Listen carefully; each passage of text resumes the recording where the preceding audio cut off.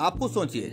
تو آپ کو یہ بات تو تسلیم کرنی ہوگی کہ حق پر وہ ہوگا جس کی کڑیاں 1400 سال سے جڑی ہوئی ہوں گی، ملی ہوئی ہوں گی.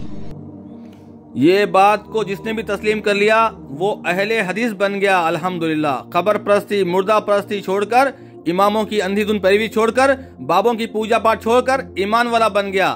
یہ بات کو جس نے تسلیم کر لیا، ابھی تمہاری باری ہے. تم کب ایمان لے کر آؤ گے؟ آ جاؤ، ایمان لے کر آ جاؤ، صحابہ کے دین پہ آ جاؤ. صحابہ نے درگاہیں، مزاریں، مردوں کی پوجا نہیں کی ہے. نعوذ باللہ. اللہ کے نبی نے یہ دعوت نہیں دی ہے. اللہ نے کہا ہے مجھ سے دعا کرو، رسول اللہ نے کہا ہے اللہ سے دعا کرو. اور تم یہ غوث کا کتا بناتے ہو، خواجہ کا گدھا بناتے ہو لوگوں کو، اور تم کہتے ہو تم حق پہ ہے. جس کا وجود ہر دور میں پایا جاتا ہو، عہد نبوت تک ہر دور میں جس کا وجود پایا جاتا ہو. تو اب آپ کو یہ دیکھنا ہوگا کہ جو حق پر ہیں، ہم کہتے ہیں ہم حق پر ہیں، اہل حدیث کہتے ہیں ہم حق پر ہیں، دیوبندی علماء کہتے ہیں ہم حق پر ہیں، تبلیغی کہتے ہیں ہم حق پر ہیں، اہل قرآن کہتے ہیں ہم حق پر ہیں، قادیانی کہتے ہیں ہم حق پر ہیں. اور ہمارا دعویٰ یہ ہے کہ ہم حق پر ہیں. تمہارا دعویٰ باطل دعویٰ ہے. تم اگر سے حق پہ ہوتے تو یہ مردوں کی مزاریں نہیں ہوتی. تم حق پہ ہوتے تو گلی گلی چلے چبوتے نہیں ہوتے. تم حق پہ ہوتے تو پیری مرید کا چکر نہیں ہوتا. تم حق پہ ہوتے تو عورتوں کی عزت مزاروں پہ نہیں لوٹتی. تم حق پہ ہوتے تو مزار والے ارب پتی نہیں بن جاتے. اور مسلمان غریب اپنی محنت کا پیسہ تم حرامیوں کے پاس لا کے خرچہ نہیں کرتا. تم حق پہ ہوتے تو اب ہمیں یہ دیکھنا ہوگا کہ ان تمام فرقوں میں، اس دور میں یہ جو فرقے ہیں، اب ہمیں کونوا مع الصادقین کا جو امر ہے کہ سچوں کے ساتھ ہو جاؤ، تو سچوں کے ساتھ ہونے کے لیے کس کے ساتھ آپ ہوں گے؟ دیوبندیوں کے ساتھ ہوں گے، اہل حدیث کے ساتھ ہوں گے، قادیانیوں کے ساتھ ہوں گے معاذ اللہ، تبلیغی جماعت کے ساتھ ہوں گے، یا سنیوں کے ساتھ ہوں گے؟ سچوں کو پہچاننا، سچوں کی معرفت حاصل کرنا، اس کے بعد سچوں میں ہو جانا، یہ آپ کی ذمہ داری ہے. قرآن نے یہ ذمہ داری آپ کے اوپر ڈالی ہے. آپ کیا سمجھتے ہیں صرف نماز پڑھ لو، روزہ رکھ لو، بس ذمہ داری پوری ہو گئی کلمہ پڑھنے کی؟ نہیں. اس دور میں چونکہ 72 فرقوں کی آپ نے جو پیشن گوئی فرما دی ہے، اس لیے ہمارے دور میں یہ سارے فرقے پائے جا رہے ہیں. اس لیے تمہیں جو ہے معرفت حاصل کرنا ضروری ہے کہ حق پر ہیں کون. آپ کی کوشش یہ ہونی چاہیے کہ میں اس میں شامل ہو جاؤں جس کے بارے میں سرکار نے فرمایا ما انا علیہ واصحابی، کہ جس پر میں ہوں اور میرے صحابہ ہیں. تو پرانا فرقہ 1400 سال سے جس کی کڑیاں ملی ہوئی ہوں وہ حق پر ہوگا، اہل سنت و جماعت. پرانا فرقہ اہل سنت و جماعت بریلوی رضا خانی مشرک نہیں ہے. پرانا فرقہ اہل حدیث ہے. اہل سنت کا ایک ہی نام ہے، وہ ہے اہل حدیث. تیرے ابا جان نے کہا یہ بات، جس کی تو پوجا پاٹ کرتا ہے، وہ ایک توحید پرست عبد القادر جیلانی رحمت اللہ علیہ، وہ کہتا ہے کہ اہل حدیث ہی اہل سنت و جماعت ہے، اور تمام جتنے حنفی ہیں وہ جہنمی فرقے ہیں. تو ہم ماضی میں جائیں گے یا نہیں جائیں گے؟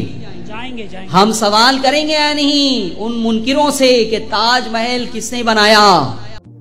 جتنا ماضی میں جاؤ گے اتنا ذلیل ہوگے. تاج محل کس نے بنایا؟ بچہ بچہ جانتا ہے تاج محل کس نے بنایا. تاج محل کسی صحابی نے نہیں بنایا، تابعی نے نہیں بنایا، محدثین نے نہیں بنایا. تم ذلیل ہوتے ہو. قطب مینار کس نے بنایا؟ یہ جو اورنگ آباد میں بی بی کا مقبرہ ہے یہ کس نے بنایا؟ قطب مینار کس نے بنایا؟ تاج محل کس نے بنایا؟ بی بی کا مقبرہ کس نے بنایا؟ قبر پرست مشرک نے بنایا. مشرک نے بنایا پوجا کرنے کے لیے. اللہ کو چھوڑ کے مردے کی پوجا کرنے کے لیے مشرک نے بنایا. یہ ساری علامتیں، آثار، یہ علامت ہوں گی، گواہ ہوں گی، آثار ہوں گے، دلیل ہوں گے کہ ماضی میں ہماری حکومت تھی. ساری علامتیں اس بات کی دلیل ہے، اور یہ ثبوت ہے کہ اللہ کے نبی کے دین کو چھوڑ کر، صحابہ کے طریقے کو چھوڑ کر تم لوگوں نے درگاہیں، مزاریں، بابوں کے چلے چبوترے بنائے ہیں. تم خود قبولتے ہو اس بات کو. یہ بتا رہے ہو ہم کو، یہ بتا رہے ہو. اللہ کے نبی کے دور میں دین آ چکا بھارت میں. کون سے صحابی کی درگاہ ہے بتاؤ؟ کس صحابی نے کھڑے کے مزار بنائی بتاؤ؟ کیا اللہ کے نبی نے یہ دعوت دی ہے نعوذ باللہ کہ اللہ کو چھوڑ کے غوث کو پکارو، خواجہ کو پکارو، یہ سنے گا، یہ فریاد سنے گا، یہ خبر سے نکل کے آگے مدد کرے گا؟ ظالموں! بے شک اسی طرح سے اب ہمیں جو ہے وہ جائزہ لینا ہے. ہم ماضی میں جائیں گے اور دیکھیں گے کہ پرانا ہے کون. سب سے پہلے تو میں آپ کو بتا دوں، یہ ایک میرا دعویٰ ہے. ابھی آپ کو قبول نہیں کرنا ہو تو نہ کریں، لیکن میری گفتگو پوری ہونے کے بعد آپ کو قبول کرنا پڑے گا. دعویٰ پہلے آپ سن لیں کہ ہم اہل سنت و جماعت ہی حق پر ہیں. الحمدللہ، سبحان اللہ. نعرہ تکبیر، نعرہ رسالت، نعرہ رسالت، اہل سنت و جماعت، مسلک اعلی حضرت، مسلک اعلی حضرت، مسلک اعلی حضرت، مسلک اعلی حضرت. یہ دیکھو بھائی، 1856 میں یہ پیدا ہوا اور 1921 میں یہ مر گیا، اور یہ کہتا ہے یہ پرانی جماعت ہے، بہت پرانی جماعت ہے میرے لال. نعرہ تکبیر، نعرہ رسالت. ہم حق پر ہیں. سبحان اللہ. بے شک ہماری کڑیاں 1400 سال سے جڑی ہوئی ہیں. بہت ہو گیا بکواس، چلو اب نکلو. ہم حق پہ ہیں، ہم حق پہ ہیں. 1400 سال سے ہماری کڑیاں جڑی ہوئی ہیں. دیکھ لو، قطب مینار دیکھو، چار مینار دیکھو، تاج محل دیکھو، بی بی کا فاطمہ کا مزار دیکھو، خواجہ اجمیری کا چلہ دیکھو، غوث کی چھٹی دیکھو، بابا جی کا لنگر دیکھو، دھوم دھڑکا دیکھو، ناچ گانا دیکھو، عیاشی دیکھو، زنا دیکھو، عورتوں کا مزاروں پہ عزت کا لٹانا دیکھو، پیروں کا مال لوٹنا دیکھو. تم حق پہ ہے، تم حق پہ ہے. لوگ سمجھ گئے ہیں الحمدللہ. وہ جماعت جو رسول اکرم صلی اللہ علیہ وسلم کے دور سے چلی آ رہی ہے اور آج تک جو ہے وہ ہم ہیں صرف. بے شک بے شک. سبحان اللہ. اس رب کی قسم ہے جس کے قبضے میں میری جان ہے، یہ حق پہ ہے تو ساری دنیا میں کوئی بھی آج ایمان والا مسلمان نہیں ہے.